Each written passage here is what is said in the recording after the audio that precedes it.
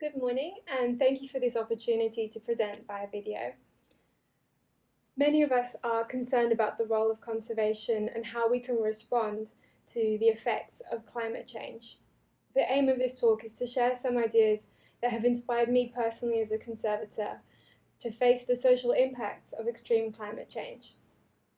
I will introduce Bendel's deep adaptation paper and its framework for understanding and responding to the implications of climate-induced inevitable near-term social collapse.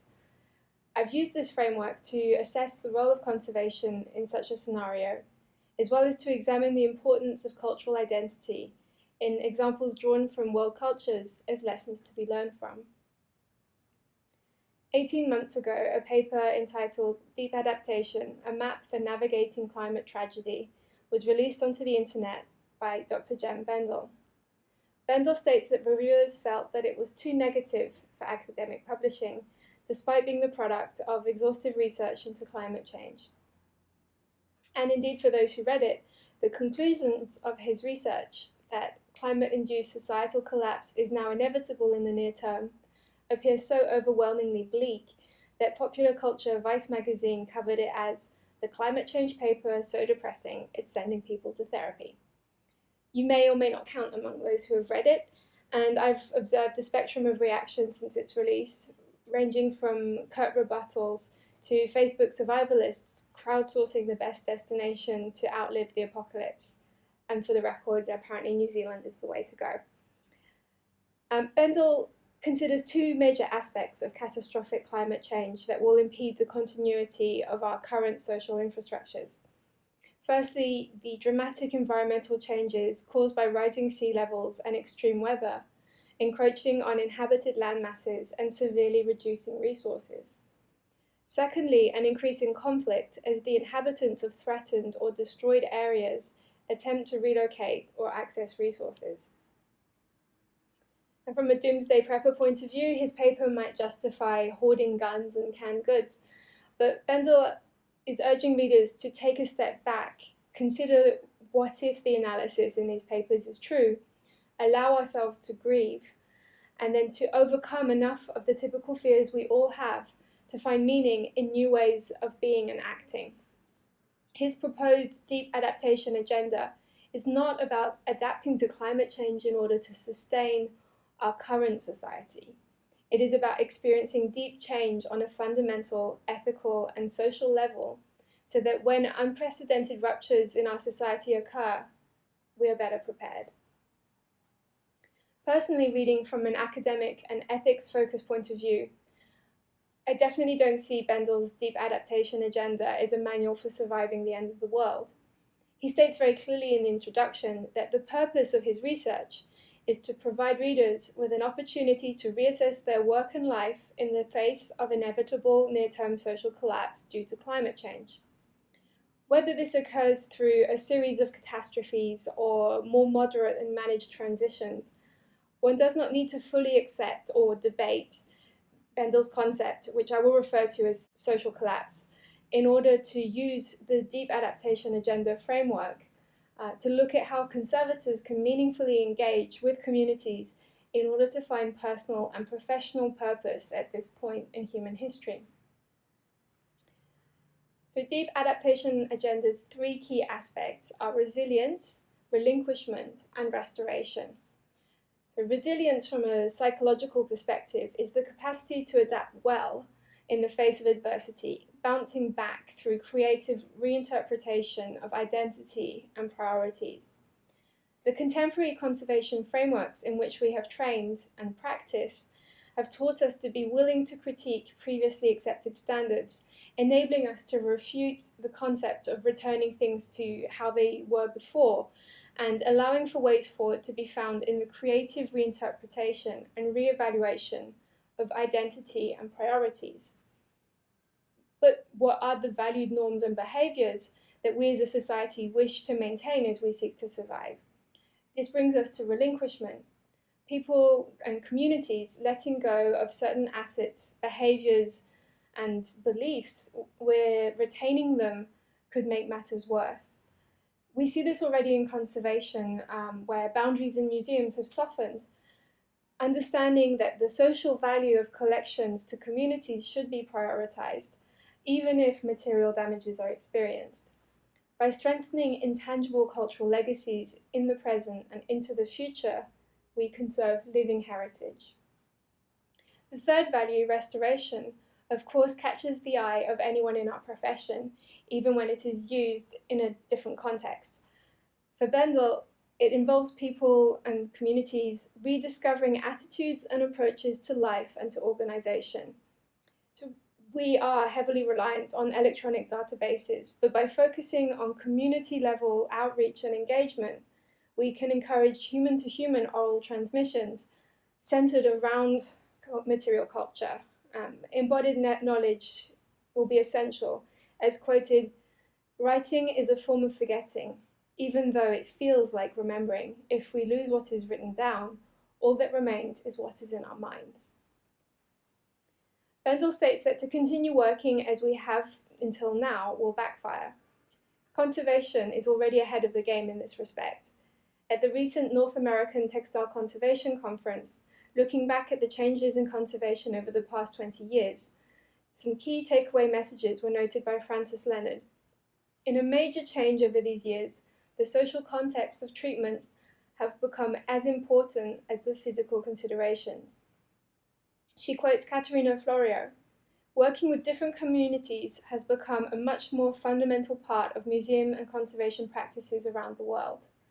And John Moses asserts that in no other realm have we witnessed such profound developments in conservation practice as within the field of values and ethics. By further recognizing and promoting alternative concepts of community-embedded conservation, conservators can support reprioritizing cultural heritage formats that will sustain significance via social memory and strengthen community bonds and resilience. Conservation has contributed to decolonizing museums, with authors such as Sully and Clavier emphasizing the importance of reconnecting and recognizing source communities as co-owners and co-guardians of these collections. Protocols are formed for engaging with these communities and incorporating different concepts of cultural heritage preservation. It is encouraging to see museums increasingly deliberate the repatriation of looted collections, as well as collaboratively reframing and consulting throughout the process of acquiring new collections as a means of documenting living heritage. We recognize that there are ways of conserving culture other than technical benchwork, and we value the preservation of social meanings as well as the material object. In the early days of museums and conservation, ethnographic collections were assembled with the firm belief that the enlightened West should document evidence of other cultures before they disappeared. They predicted a radical, immediate social collapse for them, and artifacts were presented as if their originating societies were already no longer living. Assembled without consultation and conserved without consideration of their significance within their original context, these objects were displayed either as curios, scientific specimens, or primitive art. Contemporary world culture collections underscore the importance of gathering and sharing knowledge with communities, assembling oral histories and social lives for objects that allow them to continue contributing to contemporary culture rather than representing something frozen in the past. By systematically incorporating such protocols, we can contribute to the preservation of some sense of identity and meaning in extreme scenarios of dispossession. So what happens when society collapses? There are ethical lessons that can be taken from earlier and ongoing experiences to inform our practices, as we need to at least imagine the social collapse in order to be able to prepare for it. When the phrase near term suggests a specific time frame, 5, 10, 50 years, in reality, historical events are not punctual, but are constantly unfolding, and perhaps we could already be considered to be within the early years of a social collapse. One of the challenges of social collapse is that it is difficult for any enduring society to imagine its own demise and what shape it might take. For this, we may look at indigenous and minority populations, and their reactions to cultural threats due to colonization, conflict, or climate. In the context of this talk, it is far too complex to provide any kind of analysis of individual cultures, but I would like to introduce a number of examples that we can look at through the deep adaptation framework to help us understand how maintenance of cultural practices may add a new dimension to the endurance of social identity despite the loss of land, possessions, and social structure. One examination of response to cultural catastrophe is Lear's study of the Apsaluka people of the Northern Plains of America, referred to in the literature as the Crow.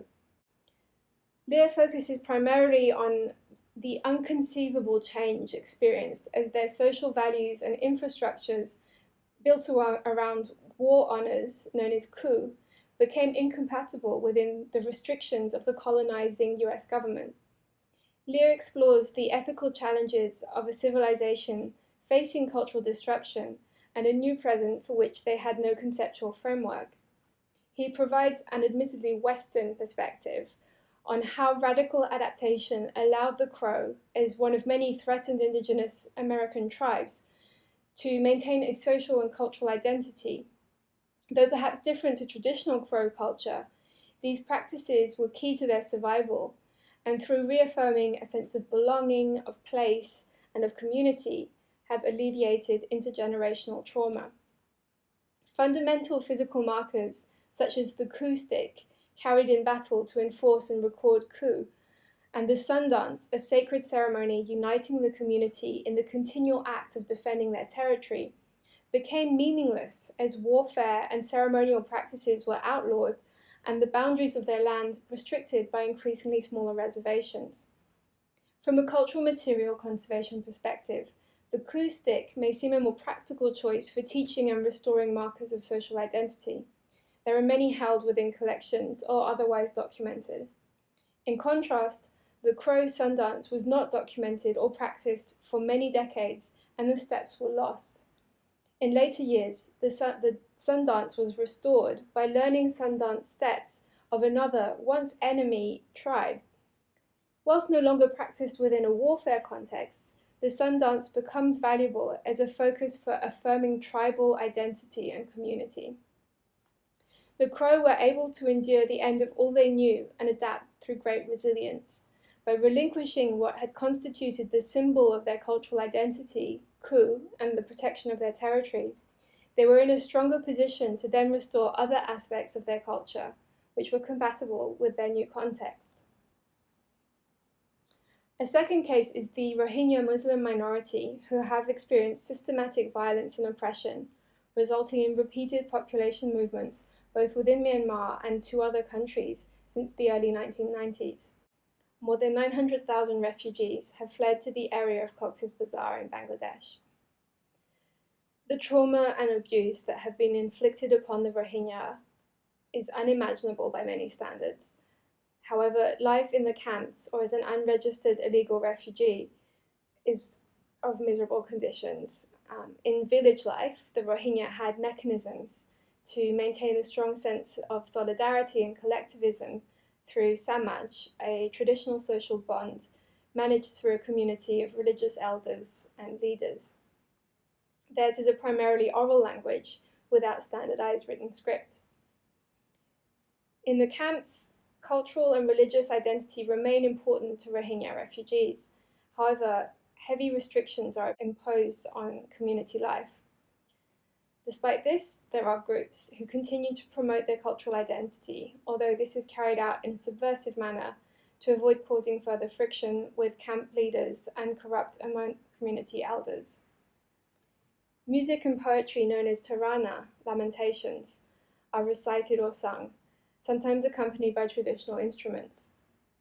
The tarana repeatedly refer to the longing for their homeland and peace, as well as documenting the persecutions they have experienced in Myanmar and in Bangladesh.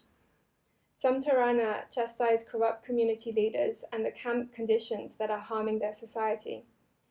These tarana provide a medium for keeping alive their history and preserve their collective identity.